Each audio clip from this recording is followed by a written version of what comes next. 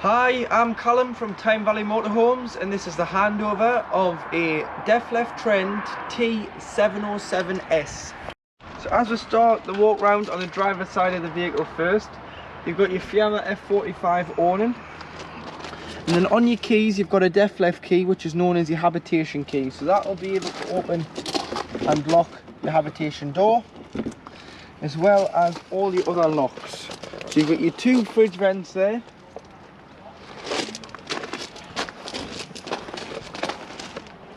And at the back of the van you do have your garage, so you've got a large garage on the back of this model. So you've got your tool kit here, which has a jack and a brace and everything that you need for changing a wheel or being towed away, so the tow eye in there as well. You've got a light, it's heated via the heating system, and then you do have a 230 volt socket just here. As you can see, you've got a tethering point to tie anything heavy down. And you've got this little winding handle here, which clips onto here, and you can raise and lower the bed. So should you have a larger item to put in, like a bike, you can raise it up, put your bike in, and then when you take your bike out, you can lower it down so that the bed isn't as high in the vehicle. You'll also notice that you've got your freshwater tank here. So that's your freshwater tank. So to drain your fresh water off, what you need to do is, there's a sticker, so you can't go wrong with this, that tells you what you can do. So you can open it a quarter of the way and it'll drain off everything but leave 20 litres in. So that'll be if you're travelling, so you've got enough water then to use the toilet, have a cup of tea if you're on a longer trip, or if you want to open it fully, you turn it 2 times to the left hand side and it'll open and drain off all the water. You would do that if you're winterizing, or if you were draining the van down because you weren't using it for a couple of weeks, or you've taken on any source of contaminated water.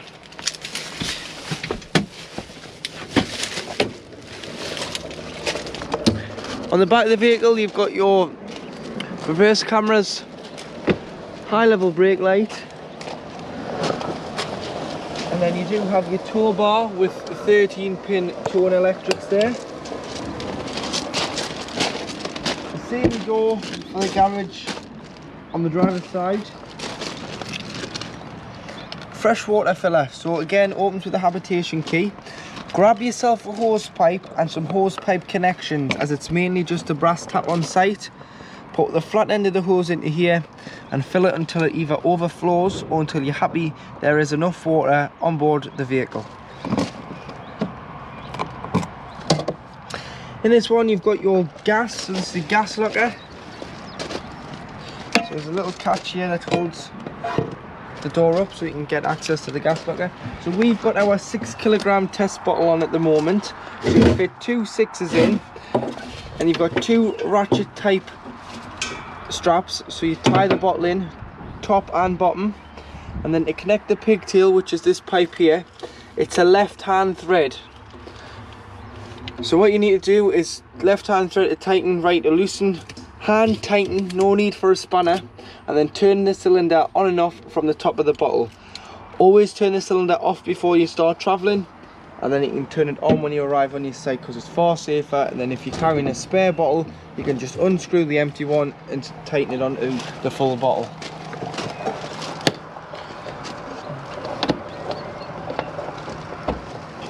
Here you have your mains connection point. So to connect with mains, get your hooker blade, lift and expose the contacts, hook the vehicle up first, then the power source, and do it in reverse order when unhooking, along with pressing the blue clip down to release the pins in the hooker blade. This is your cassette toilet, so again you've got another clip to hold the cassette locker up, so press, put the clip on, and then to get the cassette out you need to ensure that the blade is closed, which I'll talk more about on the inside of the vehicle, which is the grey handle on the ball. So if that's open, the cassette won't come out. Once that's shut, you'll be able to lift and slide the cassette out. You can either carry it to the waste disposal point, or you can drag it with the wheels. And the waste disposal point on site is normally beside your toilet block. And then when you're ready to empty it, all you need to do is remove the grey cap, press the orange button at the back and tip the content of the cassette out. Once you've tipped it out, there's normally a tap, so now you want to rinse your cassette. So you'd pop some water in here, give it a shake, tip out again, and then you want to put some chemical down here. So you want to put about 120 ml of chemical into here. So you can either do by eye or you can use the measuring stick, which is a grey cap, to tip the green or the blue chemical into here, and then put the cap back on, and it's ready to go back inside the vehicle. So you just slide that back in, clip back down, and that's the cassette ready to use. You've got a vent there from behind the oven. Underneath the van, you do have your waste outlet, so your fresh is in the back. This is the water you've used, your dirty water. So there's a showering water, dishes water, hand basin water, anything that you've drained off via a plug hole goes into here. And normally on the way out of your site, you'll drain your waste off before you start driving off. But you'll need this handle here, which is in your cutlery tray. Pop it on there, pop that open, and it will drain off all your dirty water. You want to make sure that this is fully drained off in the winter. Just leave it open so that no water could freeze in the waste tank and cause any damage. Here you have your Truma vent. That gives the location of the boiler.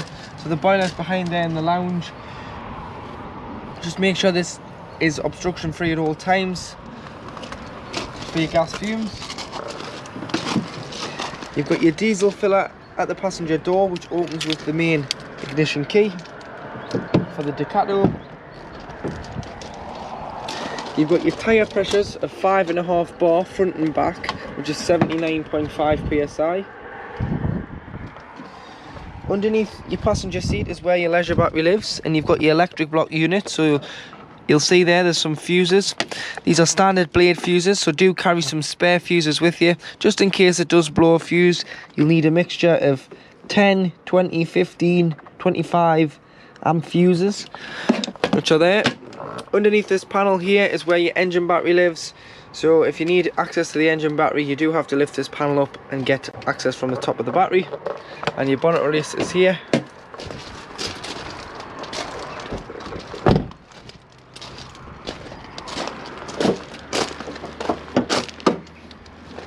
So you've got all your fluids to the left hand side.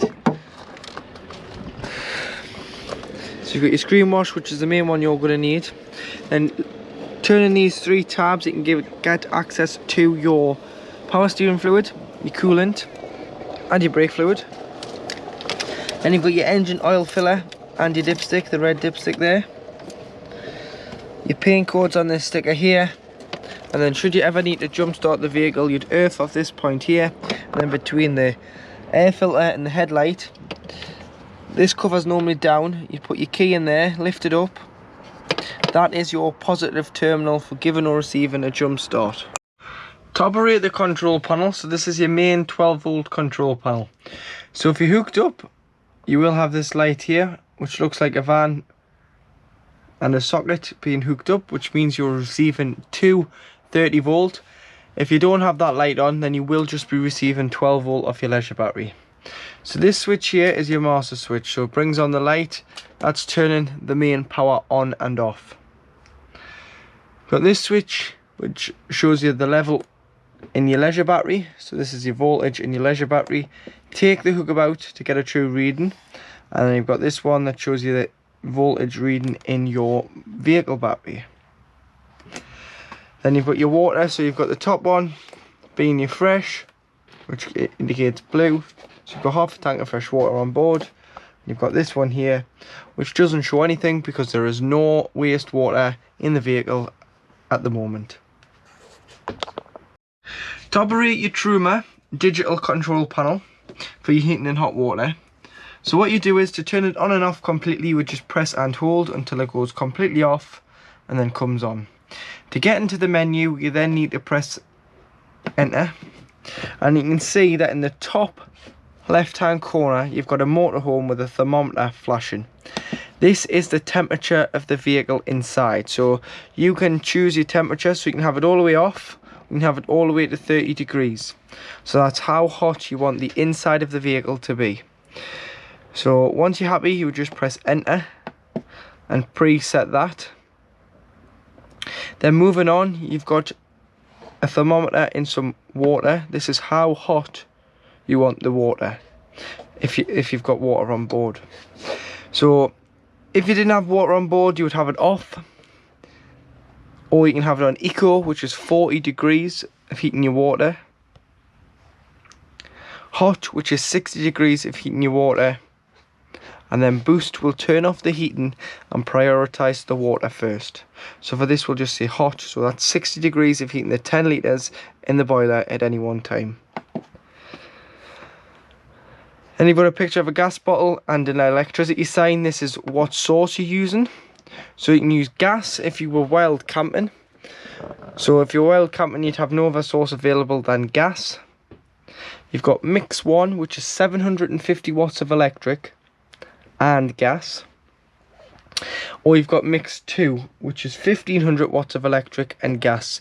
You'd use this source more in the winter if you're in desperate need of heating the vehicle or the water, as both sources together will drastically reduce the time it takes to heat the vehicle or the water on gas and electric.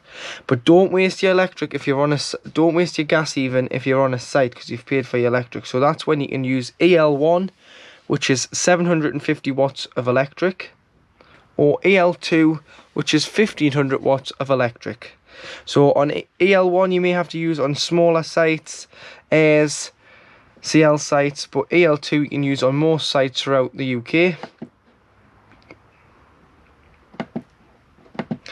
And then you do have your fan in the top right hand corner. So you've got Eco, which is takes a smaller feed of 12 volt and isn't as loud because it's used on less fan speed.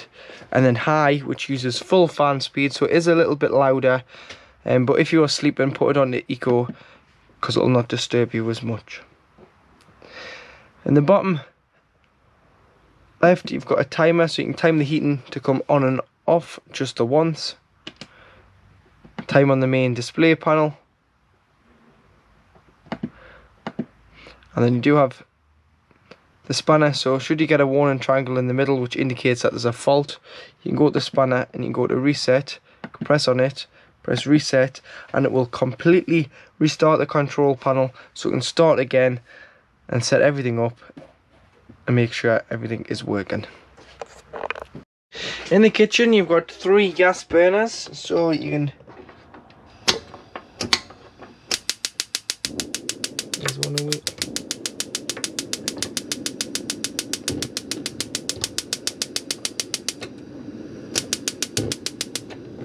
Two. There's 3 lit gas rings there on your hob. Allow these to cool so that they're cool enough to touch before you put your glass lid down. And it does tell you a maximum pan size for each burner there. Cutlery drawer, oven and grill.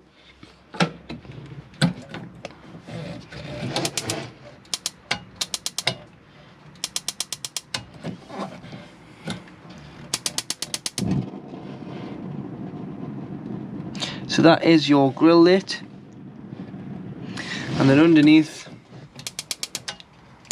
you do have the oven. You may want to take your grill pan and oven shelves out when travelling, or wrap them up, as they can cause a little bit of noise when you're driving, with the storage drawer below your oven. Cupboard.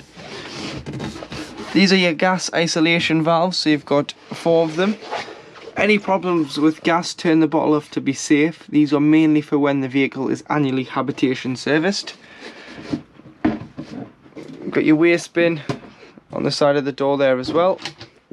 Obviously your bed switches and 2 230 volt sockets. When hooked up they'll work. Kitchen lights. In here you do have a Russell Hobbs 600 watt microwave, so you've got to be hooked up for that to work, and then it'll just work as a household microwave.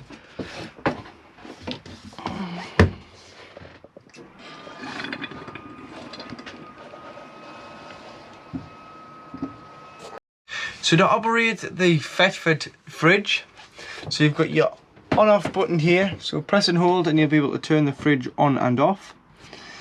And then you do have your source selector, so you press and hold and wait for it to start flashing. And you can move through the sources. So it is three-way, but it also has the function A. A stands for automatic energy selection, so if you leave it on A, it'll do its own thing. It'll pick the best source it has available, so if you've got your gas turned on but you hooked up, it'll automatically go to the hookup because it knows not to waste gas. And then if the hookup was to be taken out, it'll switch over to gas should the bottle be open. And then if you do start travelling, it'll switch over to the battery setting, which is where it gets a feed from the engine alternator. And it's designed just to keep this shopping that's in the fridge at the same temperature. So what you've got to do, if you're lucky enough to keep this at home, a couple of days beforehand you want to be hooking the van up, allowing the leisure battery to charge, allowing the fridge to cool down. The day before, put your shopping in, allow it to chill overnight, and then when you travel, just leave it on. As long as it's on A, you just unhook and start the vehicle, and it'll go at the 12-volt setting and it'll act as a giant cool box until you arrive back on site. As soon as it then knows that it's been hooked up, it'll switch on to hookup, or it'll switch on to gas if you're wild camping. But it does take 20 minutes before lighting on gas, so what you'll need to do is, it's just a safety feature in case you did pull in for diesel. Last thing you want is your fridge igniting on gas in a forecourt, so you just press and hold, move it to the gas on its own, which is the far one, press enter. This is your temperature here, so you've got from 1 to 5 bars. When pre-chilling it with nothing in, have it on full 5. Once you get something in the fridge, just knock it down to 3 or 4, because sometimes it can be too cold and freeze the fridge. And then you just press enter. And then one last thing with your fridge, when you're not using it, you want to take everything out, give it a wipe out, and then the last thing you want to do is close the door, as it forms a rubber tight seal. And it'll trap the air as well, so pull this into the middle, this little blue clip, and then just rest the door. Don't shut it heavy. As you can see, that's not shut. Air circulation is then allowed in and out of the fridge. So to operate your drop down bed, first of all, take your seatbelt off as your second safety catch, and then you can use the switch. So put the key into the on position, which is horizontal, and then press the button and you'll be able to bring the bed down.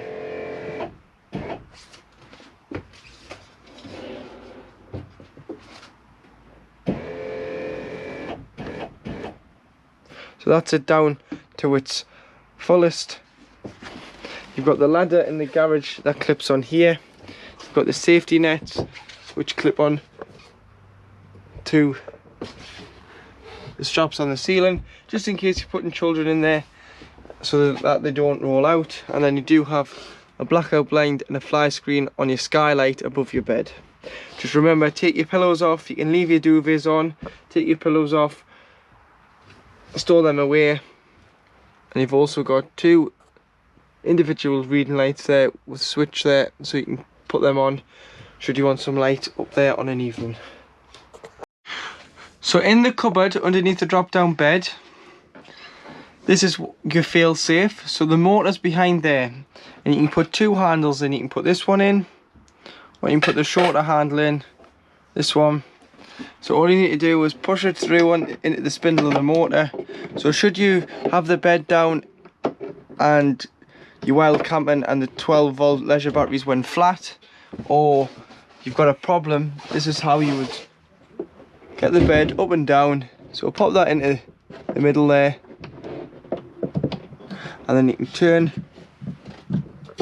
the bed up and down via here, and then remove the handle. But that's only if you weren't able to use the switch, as it is electrically operated via a 12-volt motor. So above the fridge you do have your 4G Wi-Fi router. So if you remove the panel, which I've just removed before, you've got this router here. So the SIM card goes just there, So you'll need to go and get yourself a pay as you go or a pay monthly. It's entirely up to yourselves, but if you go for a pay monthly one, it means whenever you use the motorhome you've got Wi-Fi. Just go to your local phone provider and tell them that you need a data only SIM card. There's an aerial on the roof which is 10 times stronger than your phone aerial that's built into your phones. So you should get a good enough signal wherever you are for 4G or 3G Wi-Fi, and you'll be able to connect. And then on the back of it you do have your passcode, so there's a barcode on the back which will give you a passcode so you can connect your devices to the Wi-Fi. In the shower you do have a hanging rail, so this is great for wet coats, wet towels, wet clothing. You can allow it to drip dry if you've been caught in the rain, or just your towels. You've got a blackout blind on the skylight, and if you pinch these you can open the skylight up and you can tilt it to any degree so that you don't get the wind in the van but you still get ventilation. But make sure it is fully shut before you start driving. And then when you winterize the van, so you pack it up and you're not using it in the winter, you want to make sure that you remove your shower head from your shower hose because it's got a loop in there. Any water could sit in there and potentially freeze. Pop that into the shower tray and leave the mixer taps open in the middle position of the mixer to stop any airlocks and water from sitting in the pipes behind the shower cubicle. So to operate your Deffleth toilet, so you need to press the button and put, that's your flush, the blue button. Put a little bit of water in the toilet first. It helps lubricate the seal between the top of the toilet and the blade. So pop a little bit of water in before you use it.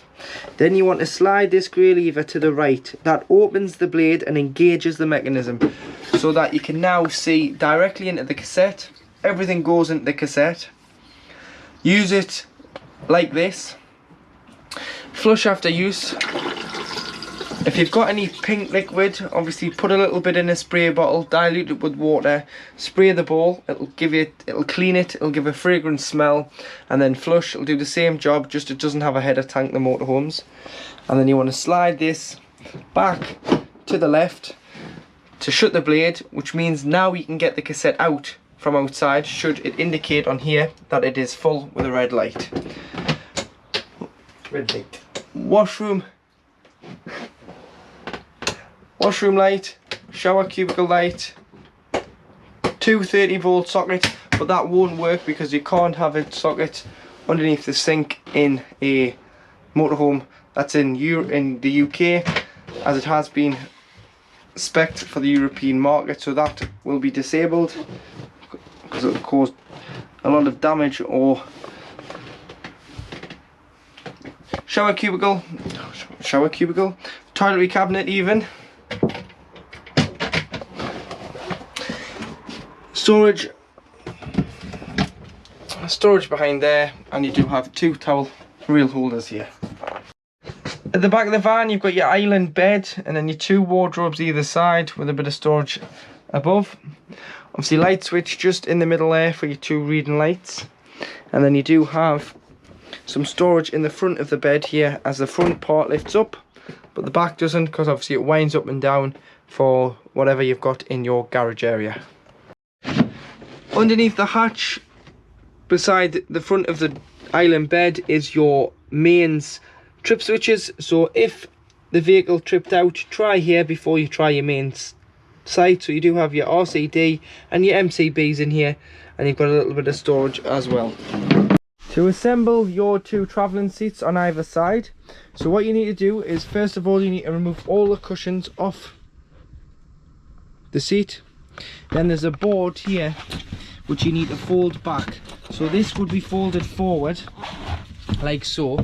So fold that back, go and get this out the garage, so this comes as a complete section.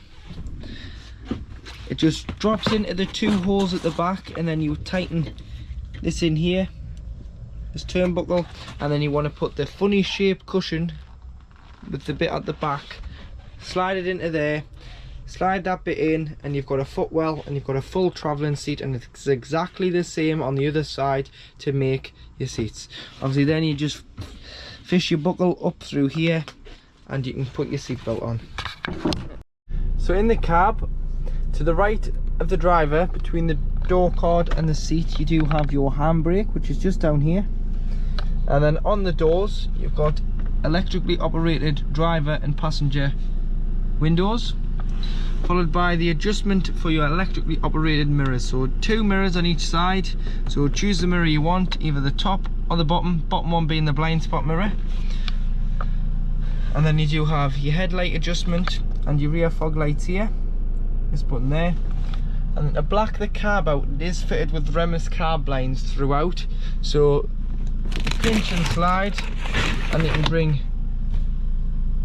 your cab, passenger and driver's doors down, so they're both the same as this. And then the windscreen, you just pinch and slide, pinch and slide, clip it in the middle like so. It is just a magnetic strip that keeps them together, and that's them closed. You've got your trip computer on the end of your wiper stalk, which goes through your average and instant consumption, your travelling times, distance travelled, and your range left in the fuel tank by pressing and holding. If you want to reset it, just press and hold it. Got your lights and your indicators here.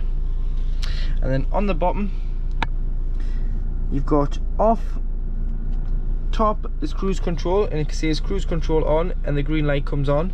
And then all you need to do is push it up to set once you get to the speed that you want the cruise control to be at. Should you want to speed up, push it up. Should you want to slow down, pull it down. Should you need to cancel, you can either hit the foot brake or you can hit the end of the stalk, which will cancel the cruise control. And then you can press it again to restart the cruise control to the last speed that it was set at before the engine was turned off. And then at the bottom one, you've got SLD, which is a speed limiter. So going up slowly goes up in 1s, press and hold goes up in 5s. And then to turn the limiter on, you need to press the end of the stalk, and it'll say lim on in the top left hand corner, or lim off. Limiter on means that it'll not go over that speed unless you floor the vehicle by coming off the accelerator and pushing it all the way down, which means that it'll go over the speed limiter because it's a safety feature in case you need to avoid anything on the road. But as long as you feather the throttle, you shouldn't be able to go over the speed that you've set it to. Comfortmatic gearbox, so there's no park, so you can either park it in gear with the handbrake on, and that's in gear there. So you've got A and M, so neutral at the top, all the way down for reverse, or you can go to A, press again, it'll say auto 1, which means it's automatic, so it'll automatically change gear. But if you need to intervene, you can go up and down the gears here, should it be revving too hard or in the wrong gear and you want to drop a gear. If you're struggling for a hill, you can change it there. But what I would do is I would just leave it in automatic when I park it, pull the handbrake on and turn the engine off. Or you can put it into neutral, but just leave it in gear, put the handbrake on. It's going to do no harm at all to leave it parked like this. Traction control plus, so it'll help when you're on wet grass or gravel pitches and you're struggling to get traction. Hill descent control, hazard lights, locks the doors including the habitation door, heated mirrors, and then you've got a USB and a 12 volt for charging purposes there. Lockable glove box with 2 USBs in for the Pioneer head unit. Climate control, so you've got your temperature here, and then you've got up, so either face, feet, or should I say screen, face or feet. So this is distribution. This is your fan speed, and then this is whether you want it off, you want the aircon on, you want the demist, max demist, or you want the recirculation. Pressing home on the head unit, so this is on and off and volume, and this is mode. SRC skips through the different sources, and then you've got shortcut buttons here, so home, navigation or camera. So you can go to home and you can click on the radio and you can press 1 to 6, press and hold, and save your favourite channels by seeking for them on FM. You've got navigation just here, so you can click nav and it'll load the navigation. Obviously once you put a USB in, it'll come up with the USBs on the screen as well, just it's not coming up with them because there's nothing in there.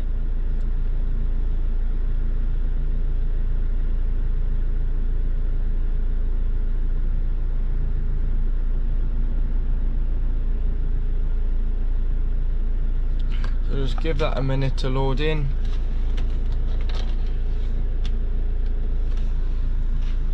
As it loads your sat nav.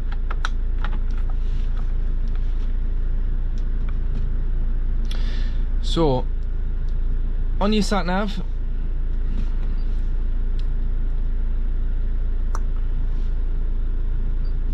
you can view the map that you're on, and it's telling you about the radio station that you're listening to as well.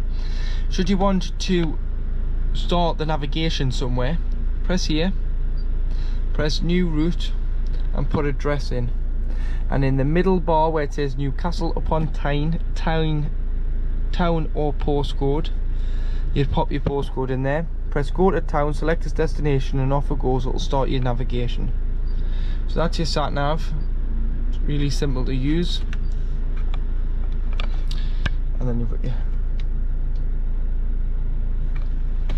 your camera on all the time. So this one doesn't actually work for a camera, it's all through the top one here. So you've got AV1 and AV2. So AV2 uses a second camera that looks down the back of the vehicle. You can see your tow bar there. AV1 uses the far distant camera. So if I was you, I'd be using AV1 for when you're driving normally, and then when you come to do a reverse manoeuvre, just knock it on AV2. You can see down the back of the van and you can judge your distance from there.